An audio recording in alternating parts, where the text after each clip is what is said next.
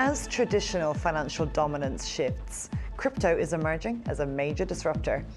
How will it reshape economic power and financial inclusion? I'm Caroline Bowler. This is Crypto Corner. And welcome to the program.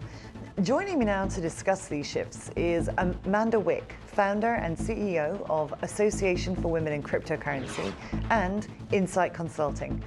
Amanda, thank you so very much for joining us. I believe you're over in Western Australia today. I am sitting in Perth. Hope that Wi-Fi holds up. Hopefully the Wi-Fi holds out. Awesome. I just wanted to talk to you primarily about your upcoming book, The Catalysts. In it, you explore the decline of US financial dominance, which certainly is a feisty topic. But where does this, where does cryptocurrency fit into this shift? In the book, I talk about several catalysts that are clashing and basically impacting and overlapping with each other.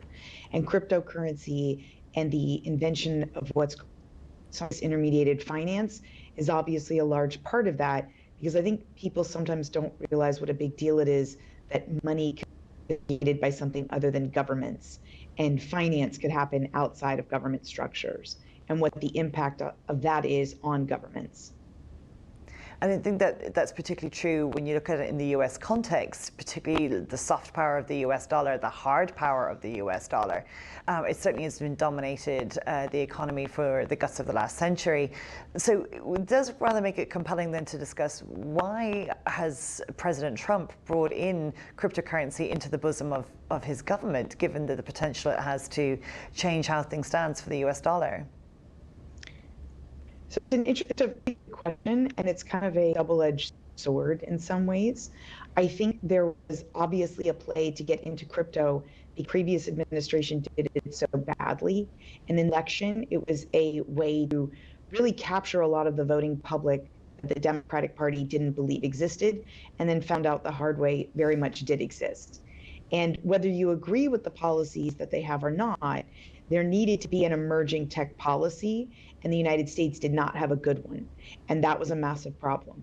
It's a problem, I think, that a number of Democrats, and I think some of your politicians in Australia would agree, that we're moving into a phase where countries need to start seeing their financial regulations and their monetary policy as a competitive aspect, not just something to kind of sit and passively wait until the time is right. In a world where digital assets are being invented every single day, where digital services are being invented every single day, if you're a country have a plan for how to use that for economic growth and productivity, be falling behind rapidly, even though you think sitting and holding on and not moving in this world is now a very bad thing that'll quickly cause you to fall behind.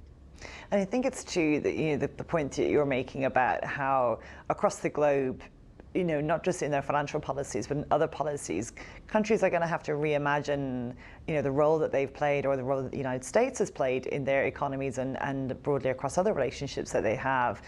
And that's where something like decentralized finance is quite interesting, because that is part of this new way of thinking about what finance is about and how countries can respond to that with their domestic economies.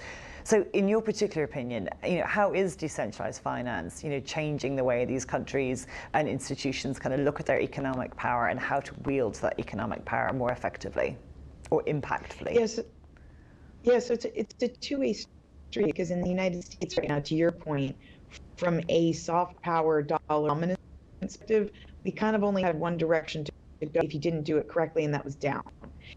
Right now, if we're a nuke, our power is basically the strength of the dollar and being able to keep people out of the US sanctions. Right now, decentralized finance is kind of a direct threat to sanctions, just because there are so many mechanisms, whether it's immutable smart contracts or pockets of the crypto ecosystem that just don't observe sanctions laws and are happy to move illicit finance for malign actors like North Korea or Iran. And that's a massive problem, right? That's a national security threat for some countries. On the other hand, you have decentralized finance to improve financial inclusion for countries that have a lot of people in the financial system who, if they were able to get access to payments, better rails, a better ability to store their money, then their productivity can increase. So when people talk about being in a multipolar world and what that means, part of that is impacted by the fact that now there's a massive new technological financial system that completely changes the game. And the question of where you sit on that power spectrum, on how much vision policymakers have to put into place regulations that make you competitive in a world that will be clamoring for power on a multipolar level, then maybe countries that traditionally have sat and watched the States or the UK. And if those go over a waterfall, you don't want to be just pulled over against your will. You want to have a plan. And just with that, I mean, you mentioned that these are themes that you explore in your book, The Catalyst. What kind of conclusions then do you draw from the research and the work that you've done, both in this field and your professional experiences, that you've kind of distilled into the Catalyst that you can share with us? Yeah, so the book was actually originally geared towards policymakers and regulators, because that's generally who I'm as a former government lawyer. But what I found was that actually a lot of people that I talked to around the world really wanted to understand what was going on. They had an interest in monetary policy. They feel that the world was burning, and they wanted to understand what's causing that feeling. And so the book is really written to be approachable by anybody who's interested in geopolitics and what's happening and how countries can prepare for it. But from a real world practical examples, it's geared towards policy makers and regulators in terms of regulatory sandboxes. What actions can they make proactive? How can they use social engineering and social media for good, instead of allowing kind of forces that are, may not have the best interests of democracy to kind of take the reins and not have any competition? The book does not have a political leaning, but I have to admit, as somebody who's from the United States, I am of democracy, and I really don't want to let it go without a fight. And right now, democracy is on life support in the world. And that's kind of a scary thing for a lot of people. And so the book touches on different themes that helps people understand, taking a 360 view, all of the different factors that are in financial world order, opposed to sometimes when a book says, oh, it's American political or economic dysfunction, oh, it's the rise of nationalism.